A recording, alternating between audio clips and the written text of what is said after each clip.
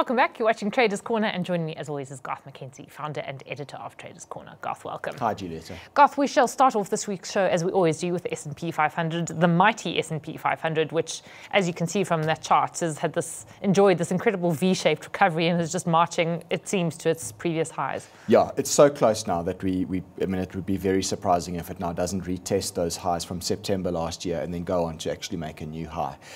If you look at it, what we've gone on about for a few weeks now is the fact that this resistance zone at 2815 was breached.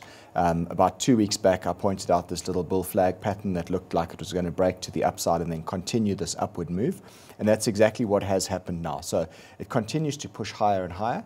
And the prior top from September last year sits at 2940, which is now only 1% away from the current area where the market is trading. So I think it's almost inevitable that it's going to go and challenge that prior high and probably will actually push on and make a new high beyond that.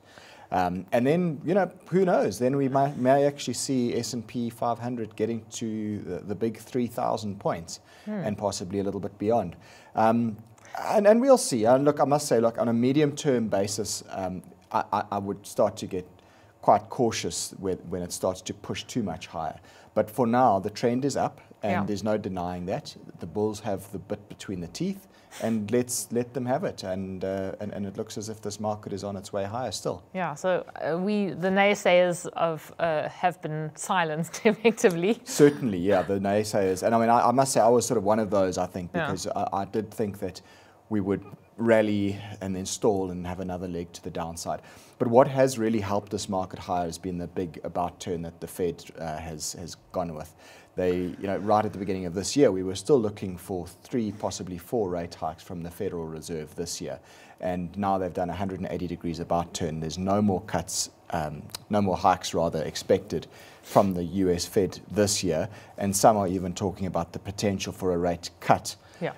So it's a very, very big change in outlook from the Fed, and that's partially what has propelled this market higher. Yeah, and we're also, if we look at our own markets, still stepping up one day to the next. So is this a trend that you would be willing to bet against, or do you just have to go with it for now? I don't think you can bet against it for now. You'd be fighting the momentum if you did that. So here's our top 40 spot index. And as you can see, since December last year, it's basically been moving higher and higher, continues to make higher lows and higher highs within that trading channel that I've identified there. Whilst that channel is intact, we can't argue with it. It has gotten quite overbought now. It's looking a bit stretched, but and that may yet precede a bit of consolidation at some point. But that is all it's likely to be for now, as I see this. We can maybe get some consolidation, but I wouldn't start turning all bearish on this market at this point in time, not based on those technicals. We would need to see that channel breaking to the downside if we wanted to start becoming a little bit bearish on this market. For now, that view would be totally misplaced. It's still trending higher, and whilst the trend is your friend, stick with it, and it seems like we've still got the momentum is still to the upside here. Yeah, well, long may it last, I have to say. Garth, if we then move on to some of the recent trades and also look ahead to what you're considering this week. Google was last week's trade. How's that panning out? It's looking good for us. So the chart of Google is up on the screen there. What I'd identified last week was the fact that the stock was trading in an upward channel, which is very similar to what we've seen on those previous 2 charts. There was a little falling wedge pattern that formed in the latter end of March here, and I'd said that the break to the upper end of that falling wedge pattern was the signal to get long for a move back to the recent high and quite probably beyond the recent high. So what we did for the show last week was we went long of 10 CFDs at $1,183 per share. We're looking at a stop loss there at 1,160, which would basically mean it would have to take out that low from the latter end of March in order for that stop loss to be breached. As things stand, it's looking good. There's no risk of that stop loss being breached at the moment. The stock continues to march higher. It's looking as if it's going towards that target of $1,230 per share that we spoke about, and I think quite feasibly it will actually go beyond that. So it's looking good, and I won't necessarily just bank the target at bank the profit at 12.30. I think there's a chance quite a good chance, in fact, that it's going to take out that prior high from the middle of March and probably go on towards the upper boundary of this channel, which is quite a lot higher. So I think we've got to give this stock the benefit of the doubt, let the bulls have their chance to take it higher, and we're on the bus, let's ride it. So, you know, I think there's still more gains to be had out of this stock. Yeah, okay, and you know, it has been preceded by a period of it's been a very dormant period for the offshore portfolio, so it's nice to see a bit of activity happening there. It is. I mean, I've really done nothing much in that offshore portfolio for the whole of the first quarter this year, really, and it has been very much neglected. So putting some trades on is certainly well overdue.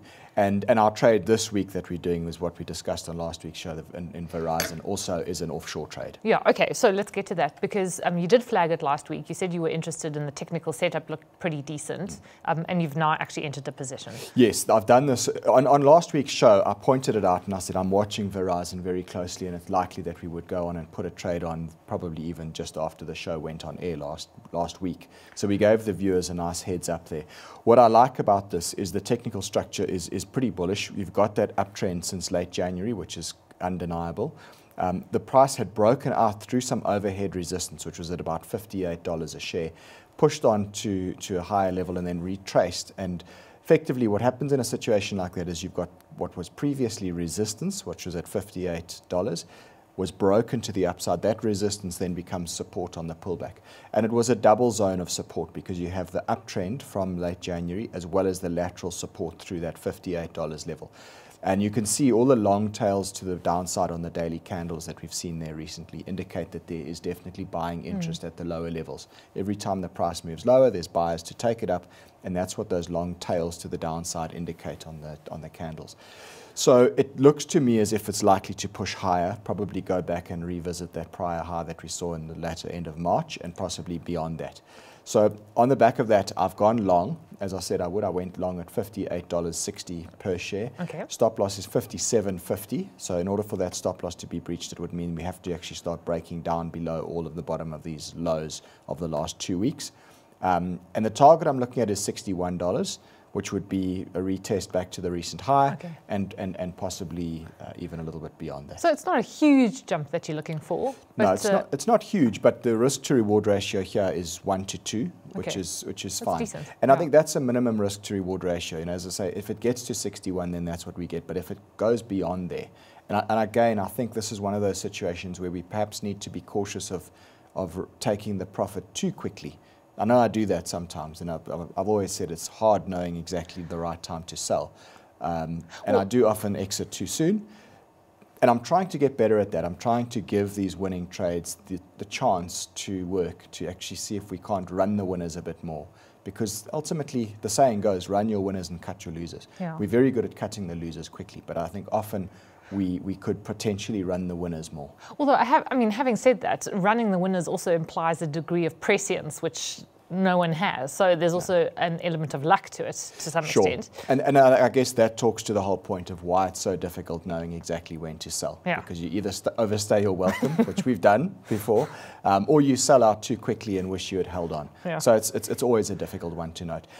What we do sometimes do, and what I've done once or twice already this year, is bank half the profit at your target level, and then with the remaining half of that trade, let it run. See if you can get a bit more out of it. Yeah. Okay, well, take us through the mechanics of this trade, Garth. All right, so we're long at $58.60 with a stop loss at $57.50. That implies that our risk per share is $1.10. I'm risking 1.5% of our offshore portfolio. We've got $15,000 in our offshore portfolio, so I'm willing to lose 1.5% of that amount, which is $225. To calculate our position size, we take $225 and we divide it by $1.10, and that gives us a number of 205 CFDs, essentially, which is what I've gone long of for the portfolio this week. Target is $61, and that means that our risk to reward ratio is about 1 to 2.2. And as I say, that risk to reward ratio could be a bit better if I allow the profit to run a bit beyond that level. should we get the opportunity. Yeah, okay, so that's a trade. So 2 trades in 2 weeks for the offshore portfolio, not bad considering, as I said, the fallow period before that. Yeah, catching up. Yeah, and then there's another stock that you're looking at this week, and that's AngloGold Ashanti. What intrigues you about this one? Yeah, so it's just something to keep an eye on. I think that there's a possibility that we're starting to see these gold shares actually turning over. They've had a good run since August last year. Some of them have actually almost doubled in price. But if I look at the chart structure on AngloGold here, to me, it looks as if it's beginning to form a descending triangle pattern over here. And that's where you've got this series of flat bottoms, which come in at 180 Rand per share. And then you've got these falling tops. Now, a descending triangle like that usually will break to the downside, below the flat end. And the fact that the price is beginning to settle below the 50-day moving average here. And also, I mean, we don't have the analysis here, but look at the price of the gold price charts looking a bit vulnerable. And the rand is a little bit stronger. Firm, exactly. So I think that we're starting to see some things actually weigh on these gold shares potentially, and maybe the strong run that we've had is starting to come to an end, and we're actually going to see a little bit of a pullback. So if AngloGold does begin to break down below 180 Rand per share, then I think it opens further downside, probably down to the 200-day moving average, which comes in at around about 150 Rand per share. And I think that is a feasible possibility if we see the price breaking down below 180 Rand. So you would look to short it if that were the case? I would potentially look to short it, yeah. I mean, the other point about gold stocks is that you can't just buy them and close your eyes. They are... You've got to time these things, because they'll have a run and then it'll be over because, you've got the dynamics of the gold price and the rand price. Listen, I think gold shares, they're great for trading because, particularly the big ones, so AngloGold, Goldfields, Sibanye has been good to us. So the trades, the shares that are very liquid and very volatile, they are super for trading. But that's the point. They're good for trading. They don't make great investments. I would never invest in a gold share because it's far too volatile. And if you look back over the long term, you've not done well in gold shares as an investment. But if you treat them as a stock to trade and try and catch the cycles, and they do give you great cycles. As I say, a lot of these shares have doubled in price over the last 8 months.